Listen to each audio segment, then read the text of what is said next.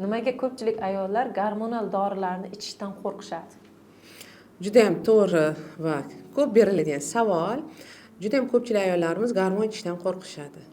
Lekin shunaqa ayollar borki, o'z boshimchalik ham aptekadan sotib olib ichishadi va noto'g'ri ichganlik sababli oldimga juda ham ko'p murojaat qilishadi. Qon ketyaptimi, nimadir dori ichyaptimi desa, strelkali, nimaga ichdingiz desam, o'rtog'im tavsiya qildi, qo'shnim tavsiya qildi, yo o'z boshimcha olib homiladorlikni saqlar ekan deyishadi va u gormonni har xil vaqtda ichganlik sababli endometriy bunga ta'sirini o'tkazadi va qon ketishni boshlaydi. Gormon o'zi qanaqa ichiladi, ichish kerakmi? Keling, shuni hozir to'liqroq gapirishga harakat qilaman. O'zi gormon bizni qachon yozib beramiz? Agar ayolda tuxumdon kistasi bo'lsa, gormon tavsiya qilamiz. Yokida qon ketayotgan bo'lsa, agar qon to'xtatuvchilarda to'xtamasa hayz qoni, albatta bizni gormon berib bu qonni to'xtatishimiz kerak.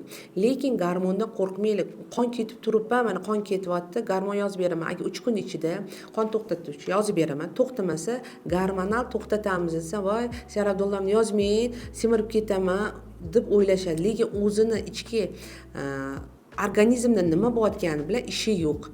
Bu gormonni bitta ichib semirib qolmaydi ayol kishi. Gormonni vrach yozib beryaptimi, bekordan yozib bermaydi. Agar sizda qon ketyaptimi, albatta bu qonni to'xtatishimiz kerak. Agar sizda qon bir oylab ketsa, birinchidan sizda gemoglobin tushib ketadi, ferritin tushib ketadi, oqsillar tushib ketadi va sizda organizmingizda, tizimingizda aziyat chekadi va o'zgarishlar bo'ladi. Bosh miya, ayniqsa qon tomirida, jigar, ichki organlarda уже sizlarda kislorod yetishmovchiligi boshlanishi va holsizlik, tinka qurishi. Eng yomoni shuki, gemoglobin 40-50 bo'lib ketadi, uni ko'tarish juda ham qiyin. Chunki zapasi ham qolmay qoladi organizmda. Qon ketyaptimi, o'z boshimchalik har xil dorilarni ichmasdan ginekolog yozib berdimi gormon, albatta ichishlik kerak. Shuni kasalliklarni oldini olish uchun. Agar sizlarda kista chiqdimi tuxumdan, deylik 3 cm dan yuqori bo'lsa, biz tuxumdan kistasi deb aytamiz.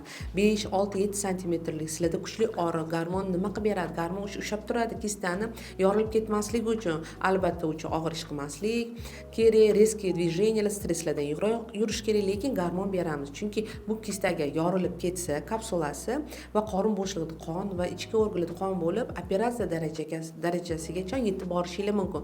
Shuning uchun bekordan bekor gormonlar yozilmaydi. Lekin gormonlarni semirtirmaydigan gormon turi ham bor. Ayol kishiga biza individual tanlab beriladi. Deylik endometrioz kasalligi bo'lsa, uni darajasiga qarab biz gormon ham yozib beramiz. Yokida mioma, bachada miomasi bor, qon ketyapti, o'sishga moyilligi bor, shunaqa gormonlar bor, spiral gormonlar, Miriyani ham tavsiya qilishimiz mumkin. Bu ham davolovchi sifatida beramiz va homiladorlikdan saqlaydi. Xo'sh, gormonlarning juda ham turi ko'p. Uni dozirovkasi ham har xil bo'ladi. Uni faqat ginekolog tavsiyasidan keyin olishingiz kerak. O'z boshimchalik har xil gormonlarni ichish tavsiya qilmayman. Agar sizda shunaqa shikoyatlaringiz bo'lsa, sizlar gormon ichishdan lekin qo'rqyapsizlar, bu noto'g'ri. Albatta kelib ginekolog bilan suhbatlashib, sizlar bilan savol-javob qilib, kerakli tekshiruvlardan qilib, o'tkazib, keyin gormon tavsiya qilamiz. Mana hozirgi kunda juda ham ko'p implanon hozir urfda bo'lgan. Hamma yoqda implanon ham gormon. Lekin uni qo'yishdan oldin albatta biz ayol kishini tekshiramiz, pachadan bo'ynidan pap mazok olamiz, onkomarkerlarga tekshiramiz, ko'krak bezlarini tekshiramiz. Agar hammasi yaxshi bo'lsa, xavf tug'diradigan bir tugunlar bo'lmasa, biz bemalol qo'yishimiz mumkin. Bu sizlarga zarar keltirmaydi. Lekin yana bir bor aytmoqchiman, gormon har bitta ayolga individual bo'ladi, tanlaniladi. 100% misol sizda semirmaysiz, siz zo'r bo'lib ketasiz degan narsa yo'q. Qaysidir kasallikni jarayonini to'xtatib beradi va homiladorlikda qanaqadir darajada saqlab beradi. Hayz kunini kamaytirish mumkin. Bir xil shunaqa gormonlarimiz bor. Lekin hammasi o'sha sizni davolash va kasalligingizga qarab tanlab beramiz ginekolog tomonidan, albatta.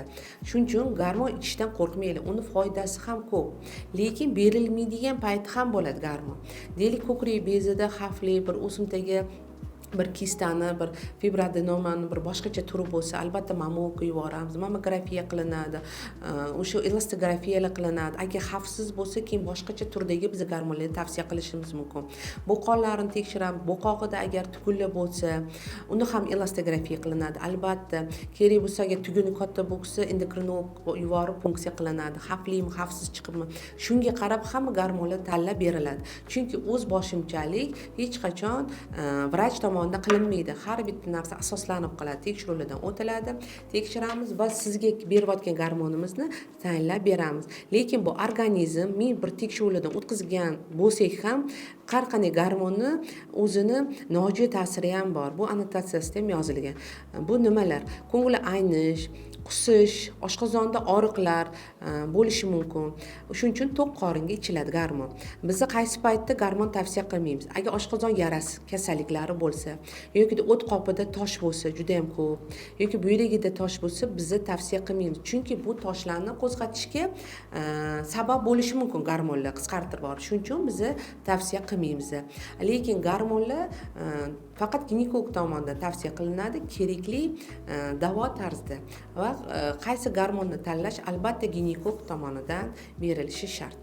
Hozirgi kunda shu o'zboshimchalik ayollarimiz xalq tomonidan o'zboshimchalik aptekadan dorilarni olmasdan hozirgi kundan davlatimiz tomonidan Demet programmasi tuzilgan. Bu juda ham yaxshi qilindi, chunki bu ham antibiotikni o'zboshimchalik olmaydi, anafilaktik shokdan biz birinchidan xavfini oldini olgan bo'lamiz va gormonlarni o'zboshimcha ichmaslik uchun mana shunaqa kasalliklarni oldini olish uchun qon ketishlar bilan ko'p keladi va misol uchun rak olib kelishi mumkin ham agar siz tekshirmasdan gormonlar ichsangiz.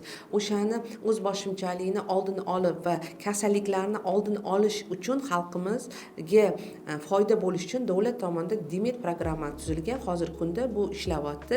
Faqat biz antibiotik va gormonlarni retsept bilan yozib beramiz va albatta psixotrop dorilarni ham.